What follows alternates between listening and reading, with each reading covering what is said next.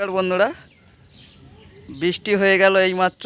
বৃষ্টি ঝড়টাও হয়ে গেল, এসে গাছগুলো সব সোজা করে দিয়ে এই একটু দাঁড়িয়েছি।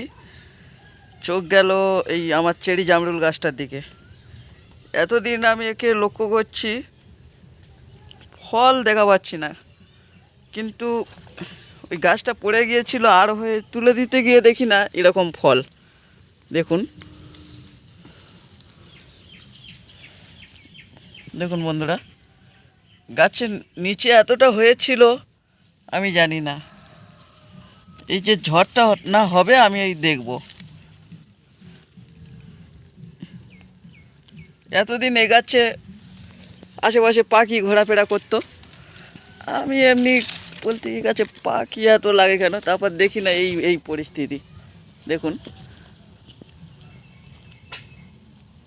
কত সুন্দর হয়েছে। তবে বন্ধুরা, এর আগে এক পিস হয়েছিল, আমি খেয়েছি। তা এটা আপনারা করতে যাবেন না, এটা একটু টক মিষ্টি ফ্লেভারে, এমনি অর্নামেন্টাল হিসাবে 12 মাস হয়।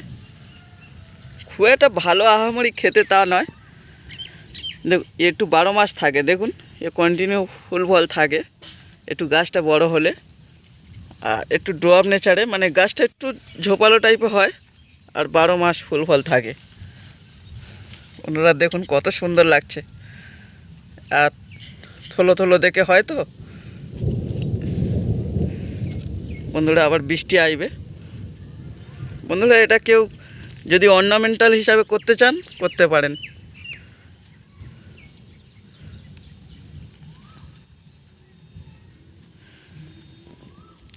গাছটা খুব বড় নয়, দেখুন বন্ধুরা।